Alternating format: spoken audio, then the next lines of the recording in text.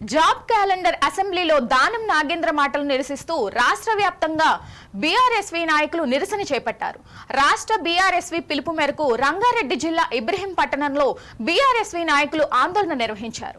Rahul Gandhi, CM Revanth Reddy Danam Nagender దిష్టిబొమ్మలను దగ్ధం చేశారు.